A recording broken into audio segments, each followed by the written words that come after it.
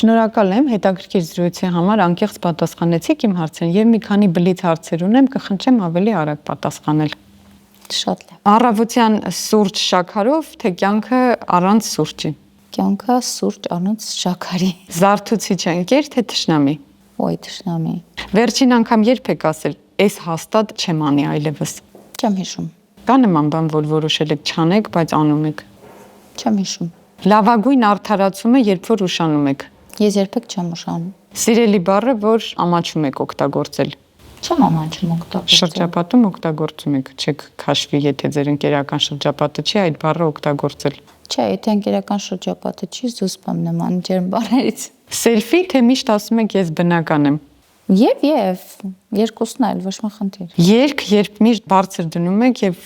լսում եք այդ երգը, թեկուզ ավտոմեքենայի մեջ։ Կոնկրետ երգ չկա, որ ըստ տրամադրության, ըստ իրավիճակի, ըստ երգի ոճի, այսինքն ցանկացած երգ երաժշտություն կարող եմ լսել, բայց տրամադրության եւ իրավիճակի։ Մեքենայի մեջ լսում եք պարտադիր։ Եթե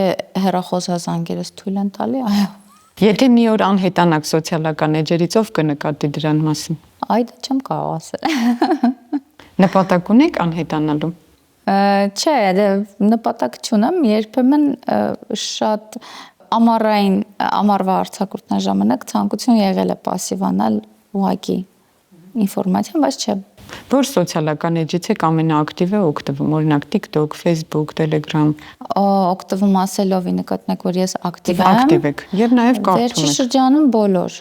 Եվ այս շրջանում գրեթե բոլոր, բայց երեկոյան ժամերին, որ կարողանամ հասցնել նայել եւ հետեւել։ Տունը մաքրում եք, երաժշտություն այդ ընթացքում լսում եք։ Անպայման։ Եթե այսօր նկարվեր ձեր մասին մի ֆիլմ, որ ժանրում կուզեիք նկարեիք։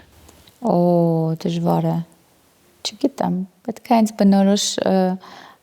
ռեժիսորը բնորոշող ժանր ասի։ Ինչ տաղանդ ունեք, որ ոչ մեկին հայտնի չէ։ Չեմ կարող ասել։ Լավ չեմ երգում։ Չեք երգում։ Չեմ երգում։ Վարչաբենդում չկաք։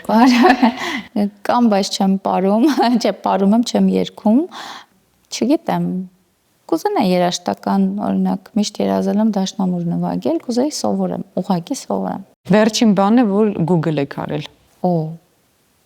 Ինչ եք փնտրում Google-ով։ Ինչի մասին օրինակ։ Չեմ հիշում, խառը կարող է ինչ-որ բան փնտրած լինեմ, բայց չեմ հիշում։ Խմբագրություն, թե ազգային ժողով։ Երկուսն էլ խմբագրությունը միշտ սիրում եմ, երբեմն գնում եմ, դեպ։ Բայց երկուսն էլ հոգեհարազատ։ Եթե ձեզ նկարագրեիք մի էմոջիով, որը կլիներ այդ էմոջին։ Որը կլիներ